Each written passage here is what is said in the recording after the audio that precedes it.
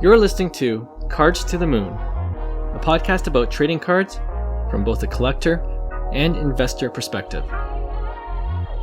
We hope you'll stick around for the ride as we take a deep dive into the state of the hobby, share some hot takes, hopefully some useful advice, and fun stories along the way. Hey guys, welcome to our podcast, Cards to the Moon. This is episode 78. My name is Clark from 5 Card Guys on Instagram. And with me today, as always, for this Friday episode is Hyung, who is Integrity Sports Cards on IG. And we're actually recording for the first time in your studio office. That's right. Which we like to call Integrity HQ. Yep. It's a beauty. So yeah, moving forward, we're hoping to produce more hobby-related content together, and we'll definitely let you guys know where to find it, whether it's on this podcast or on YouTube or on Instagram. We'll put all the links in the show notes below for each podcast episode. All right, so FYI, John will be back with us on our Tuesday episode. He couldn't make it today, so not to worry there. But for this episode, off the top, I'm sure we all heard about the record-breaking sale in the hobby of the iconic Mickey Mantle 1952 Topps baseball card, graded an SGC 9.5 via Heritage Auctions for a cool $12.6 million. A cool 12.6, yeah. So, Hyung, initial thoughts on the sale, and a question for you. Do you think this resets some of the hobby prices for super high-end vintage cards? Absolutely. We talked about this before, how it's a positive in the hobby at the end of the day. It's like you're seeing these record-breaking sales on the higher-end cards. So it's like this is exactly what the hobby needs. And I'm not surprised. We talked about this before, saying this could potentially be the first 8-figure card. And sure enough, everybody's watching it. You see it all on our social feeds. And right. People are guessing what it's going for. And, jaws are dropping after it, hits over 10 plus, right? So I believe it's 12.6 after buyer's premium, right? That's right. Yeah. So the question is, how much is the buyer's premium? Jeez. I got to recheck that, but yeah, if you do the math divided by 20%, yeah. Yeah. So we got to open up an auction house. With these high-end cards, what they're going for, it's a very lucrative business for sure. Yeah, absolutely. So I wouldn't be surprised myself if this record gets broken sooner than later, right? Like, I was thinking about that guy. I think his name was Rob Gould. Mm-hmm. He bought the PSA 9 of this Mickey Mantle, right, for 5.2. And people were saying he was insane, but he looks like a genius now. And that wasn't even that long ago. It was like about a year, right, or so. So imagine if he listed the card. Absolutely, like a PSA 9 would go more for SGC 9.5. I agree. I think it's, well, if you think about it, it went for 12.6, and Ken Golden was kind of estimating that PSA 10 at 25 to 30, even north of 30. Yeah. So, if we go by our PSA standards, usually PSA 9 is about 50% of that. So right. You're right at 12.5 around. It'd be close. Yeah, it'd be very close. But like for me, I personally rather have that SGC 9.5, to be honest. Yeah, than the PSA 9. One, it looks super, super clean. Right. And then, there's not too many known copies floating around, so that one was labeled as the best known copy or whatever. Okay. It was on the label, right? So I personally would rather have the SGC no matter what. Like even though PSA is the powerhouse, but I mean, like, wouldn't you rather have a 9.5 than a 9? It looks good in a tuxedo slab too, for sure. But technically, they are the same. It would be a near mint or a mint plus, near mint plus, or mint plus. Right. Yeah. 9.5 versus a PSA 9, right? So True. Technically they're the same. It's not a gem. It's one below a gem on both sides. Gotcha. Yeah. I know there's diehard PSA guys out there, right? So they would automatically go for the PSA 9. Yes, but is the PSA 9 an old label? I think so. I think that changes things. Like I think aesthetic wise, it's like I don't like the old labels, to be honest. Some look really bad, but I mean, some people might not make a big deal out of it. But I think aesthetically, I think the newer PSA slabs have way more eye appeal, especially the really, really old ones where they don't have any, special security features or anything like that. It's just a barcode that looked like it was printed on a Canon printer, right? So, yeah. Well, you can always crack it, right? crack it and resubmit, right? And just get re-slapped. That's all. Okay, it's a know. risk. It's a risk for a PSA 9. Yeah. Anyway, we'll just wait I guess we'll just have to wait and see. But I'm pretty sure that we're gonna see another hobby headline where it's gonna be another record-breaking sale. Absolutely. Of these vintage cards. It's crazy. Okay, so for today's Friday episode discussion, I wanted to talk about what cards are we still bullish on, and possibly even doubling down on during this bear market, right? Because I know it's hard to buy, when card prices seem to be dropping every day. Mm-hmm. But we always say there's always opportunities in the bear market, and as long as we proceed with caution.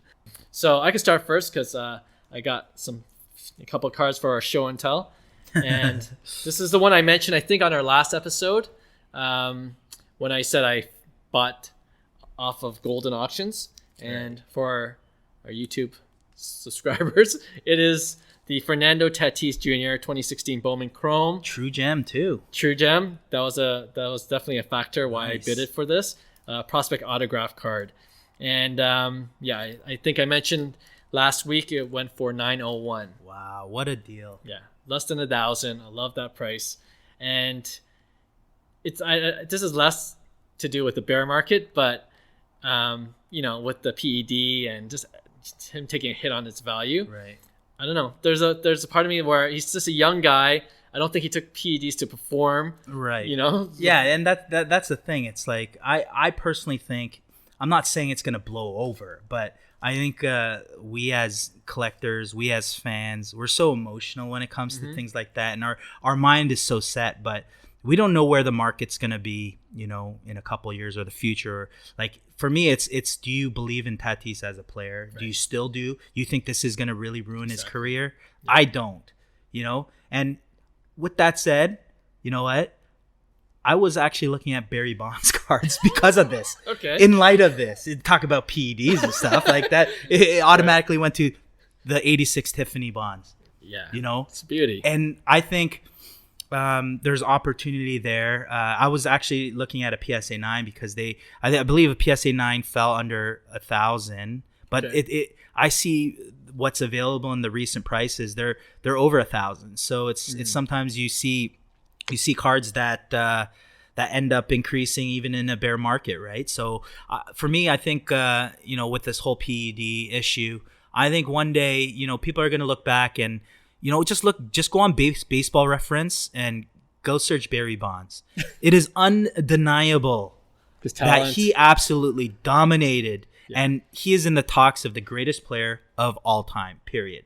Right? And it's unfortunate that there's a lot of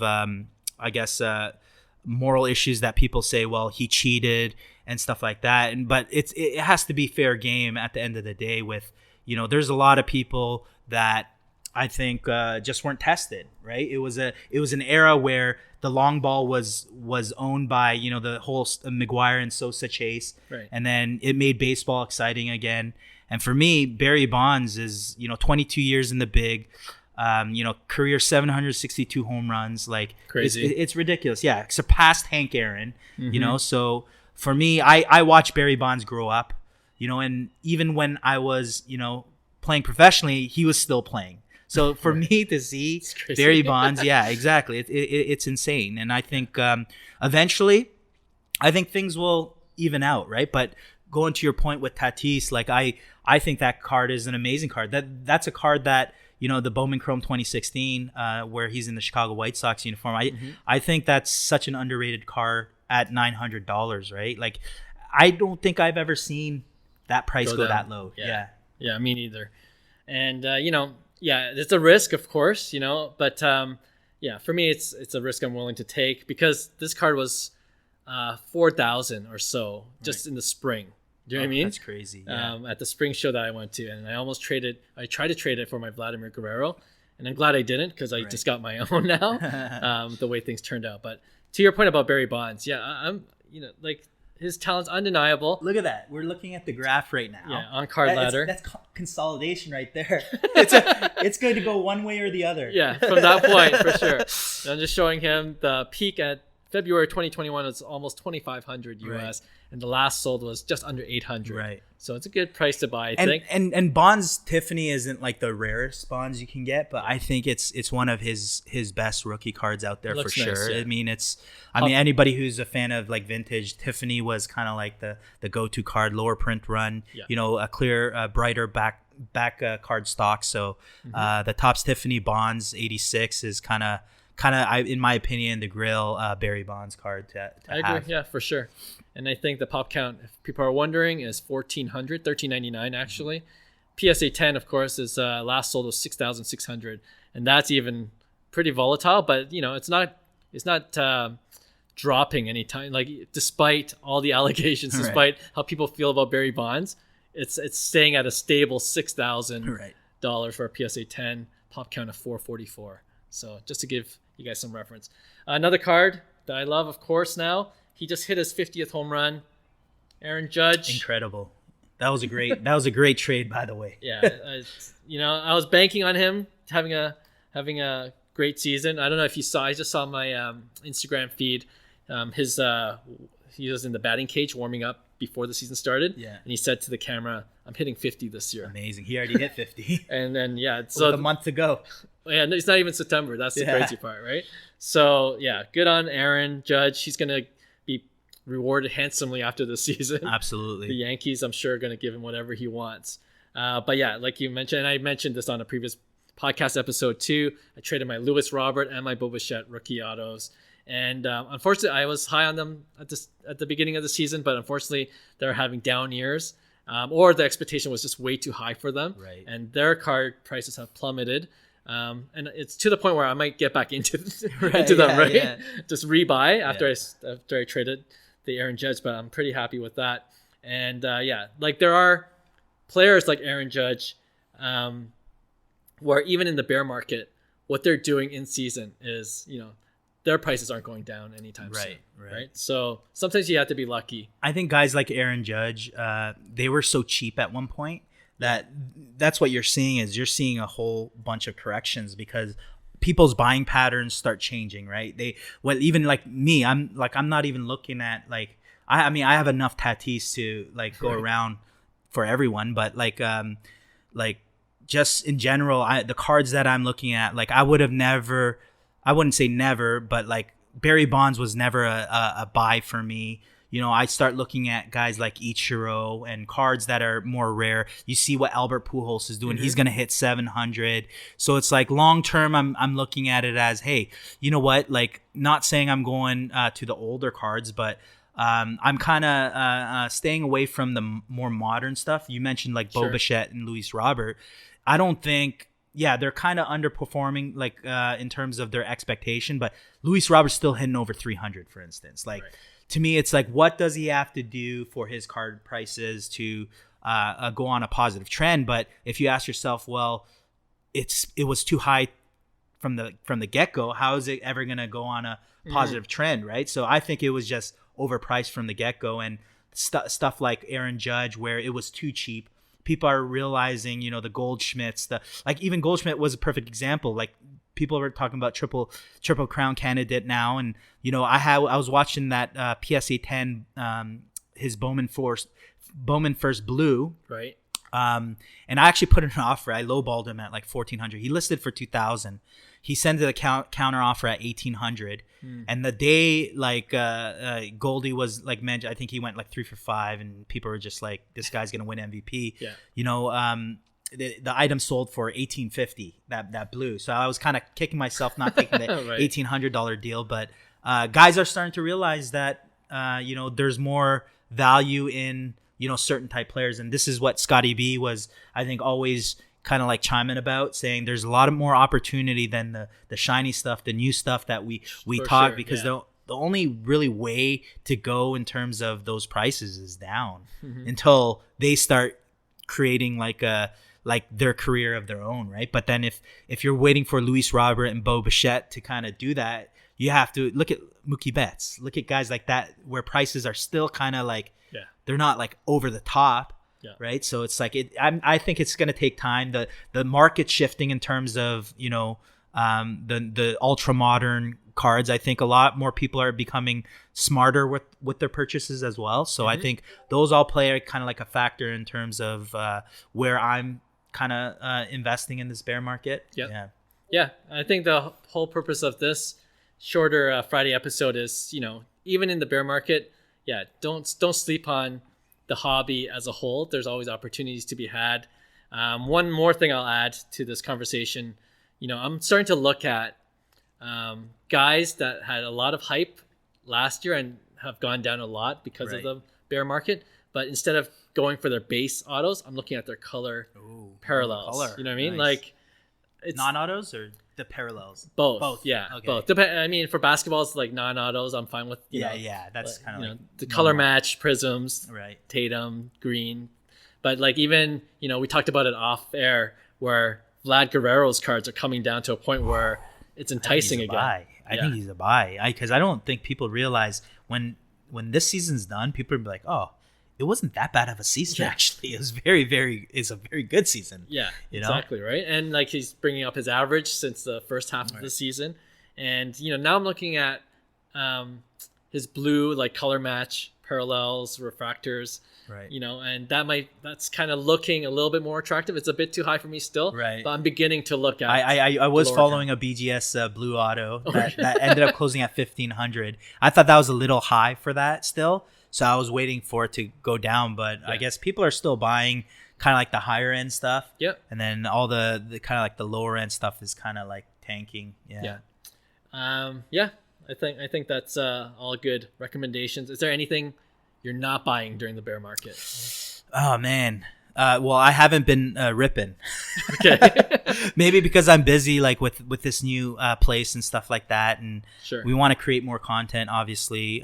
So my energy and time has been kind of dedicated to what we do on a daily basis here. For my regular work in terms of the marketing. Mm-hmm. But in terms of like not buying, for me it's ultra modern, super young rookies that everybody's chasing. Right. I think that's kind of like you're playing you're buying into the hype right now, and in order for everything to pan out, it's going to sit sideways essentially, and as that happens, I think a lot of people are going to realize there are better opportunities, even long term, right? Like this is a different market from where it was 2 years ago. So it wasn't like you could buy, the newest, quarterback or whatever, and then you double your money, within the month or 2 months, right? Like I think in a bear market, guys, like that's the general consensus that the whole market's going down. So like the more you buy, there's a few cards that actually, are on a positive trend, right? So majority of the market is on a negative trend. So I think it's good to monitor and kind of stay away from kind of like the hyped price. I think a perfect example is Mike Trout. We talk about this, and I know, I probably get a lot of slack for it, but I don't think it can sustain itself. At the end of the day, that's why there's pop counts, and that's why there's big news that happen that affect kind of like card prices today. Even a guy like Mike Trout, a guy who established his career, you're seeing the same trend happen in terms of once an injury happens or once something happens, it's like people stop believing in that person, right? So it's like this is the scary part of, I guess, live people who have careers currently right now that are playing. Their careers aren't over. Instead of looking at it as someone like Barry Bonds or Ichiro or Albert Pujols who've kind of cemented their legacy, and you see it as, what, this might be a great, keeper for my son when he grows up, or my grandkids, or whatever it may be, right? You look at it from a different perspective, not just a flipping perspective, right? So I'd say stay off of ultra modern, also ripping. I think ripping and you're gonna get crushed, and we're gonna do some video content to prove that. We're gonna open some boxes and see the negative ROI we get. So look forward to that. It's you gotta hit it. It's like hitting the lottery, but it's a lot of fun ripping. But I agree with you. If there's one thing that really hasn't dropped in price, it's hobby boxes, retail. Oh, it's crazy, right? It's still as if the hobby wasn't declining at all. Right. So you gotta be careful. That's why breaks might be a better idea. But I totally agree with you. Ripping is probably not the way to go, at least on a consistent basis. You'll just lose money quickly. All right, I think that's again, Fridays are usually our shorter episode, but we wanted to at least touch upon, every once in a while that we are still in a bear, but we all have hope of this hobby turning things around. And like I think the last episode, there are still millions of dollars being invested in the hobby, which is always a good sign, that the hobby's still growing. Absolutely. That bigger players, corporate players are still interested in investing in the hobby. Right. So yeah, I think like we said, I'll leave it with this. It's like we said back a bit ago when we were thinking that we're heading into a recession. Now that we're going in, interest rates are going up in terms of real estate and mortgages. So it's like this all plays into the factor, and a lot of the successful people, the entrepreneurs of the world, what they say is stack your cash right now because there's going to be buying opportunities left, right, and center still. Yeah. So it's one of those things where I'm being a lot more cautious because I'm still bullish on the market, but it's just a matter of time now where I'm gonna look for solid investment pieces, and maybe it's in the higher game, right? Like I do want to one day own a Mantle, for instance. So it's like going into kind of like that category where that was never even an option. A couple years ago, right? We're just going Louis Robert, baby, Boba Fett, baby, right? And then now it's kind of like as the market pivots, it's like, okay, long term, maybe not. Yeah. So that's kind of like my whole point is, stack the cash, get ready to pull the trigger. Yeah. Excellent advice. All right, that will wrap up this Friday episode. We always thank our subscribers, our followers, our loyal listeners. We appreciate you guys. If you enjoyed this episode, we appreciate you going on Apple Podcasts, Google Podcasts, Spotify. Give us a 5-star rating. And we'll see you again on Tuesday for our brand new episode with John. All right, see ya. Hey, thanks for listening to Cards to the Moon. We'd really appreciate you subscribing to our podcast wherever you listen to your podcasts. And you can also connect with each of us on Instagram at 5cardguys, or you can follow Hyung at Integrity Sports Cards, or John at TradeU at Recess. You can also check us out at 5cardguys.com. Thanks again, and hope to connect soon.